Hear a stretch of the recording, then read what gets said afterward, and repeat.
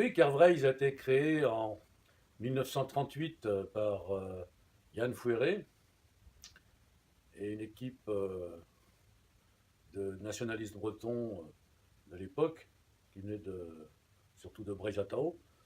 Il y avait même mon grand-père, le druide Al-Louzaouer, dont j'ai fait le portrait qui est derrière moi, dans les créateurs de Kervreis, rue Saint-Placide, à Paris 6e. Et j'ai recréé Kervreis en un seul mot, Kervreis, en 2002, ici même, boulevard Edgar Quinet. Car moi, je ne suis pas nationaliste, je suis régionaliste européen. Car je pense que le nationalisme est une idéologie française qui veut protéger ce qui existe et conserver des idéologies anciennes.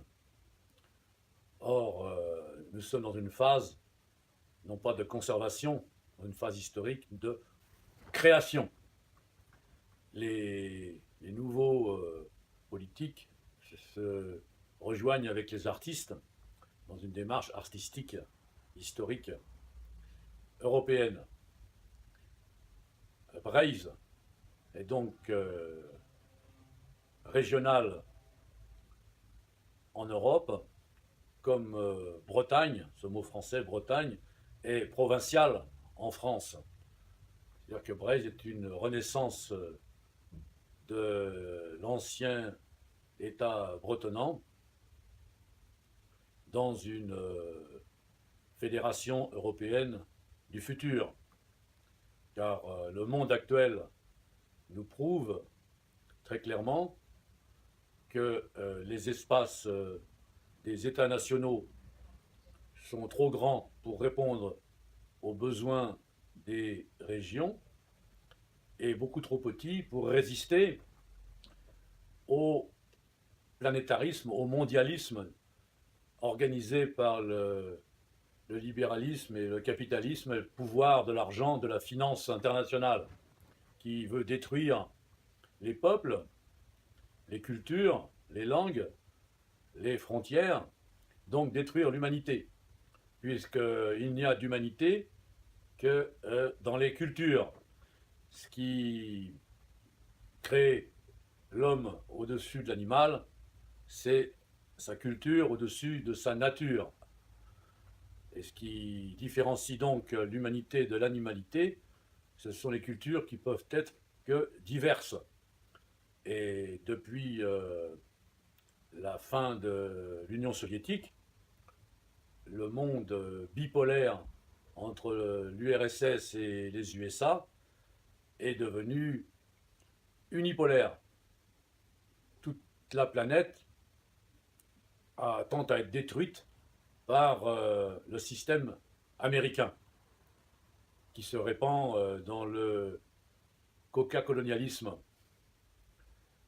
Et donc, si nous n'arrivons pas à faire un monde multipolaire avec des espaces continentaux puissants qui peuvent entrer en dialectique entre eux, en conservant et en régénérant leurs enracinements régionaux internes, nous arrivons à une fin de l'humanité, organisée par la finance, les banques, qui ont intérêt à détruire ces peuples qui les gênent parce qu'ils sont des entraves à leur immense marché mondial. Nation minoritaire à propos de la Bretagne et de la Flandre, donc ce terme est impropre selon vous.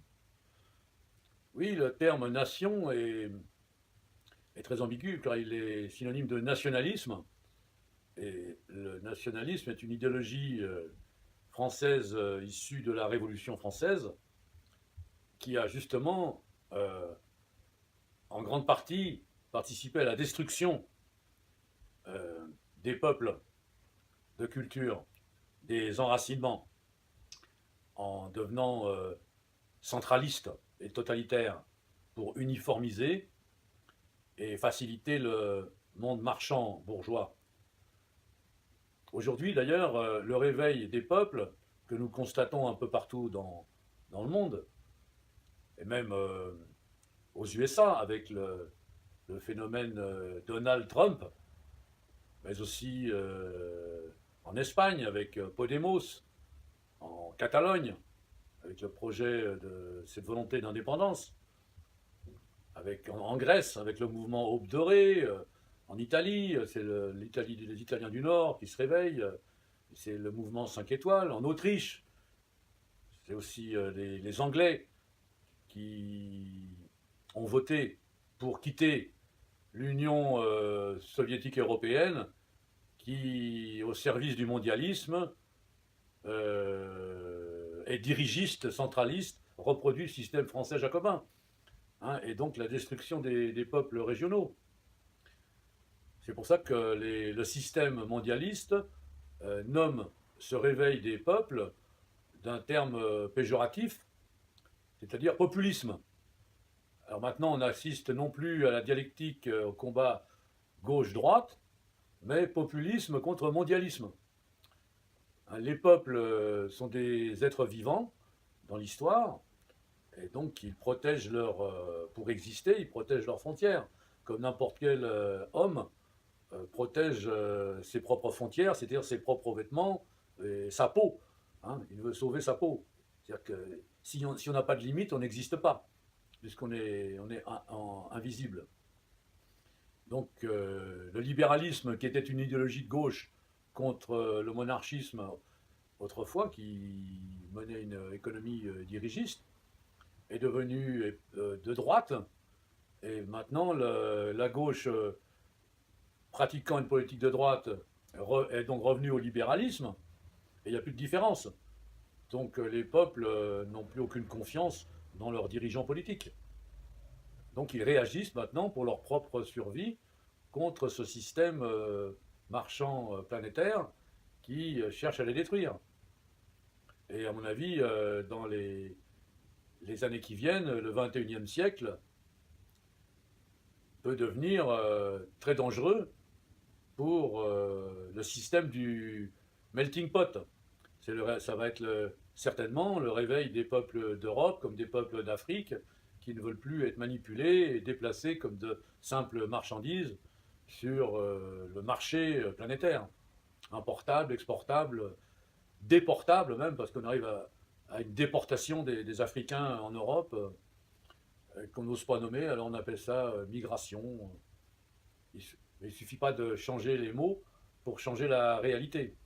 C'est pourquoi je pense que de la même façon que le XVIIIe siècle a été le siècle du libéralisme contre la monarchie qui a donné la Révolution française, le XIXe siècle a été celui du socialisme, le XXe siècle celui du communisme et du fascisme, le XXIe siècle peut très bien être celui du fédéralisme radical, de réveil des peuples, ce qui, paradoxalement, est nommé par les imbéciles heureux, est nommé du fascisme, parce que ça dérange les pouvoirs en place, donc deviennent fachos, antifachos, ceux qui seraient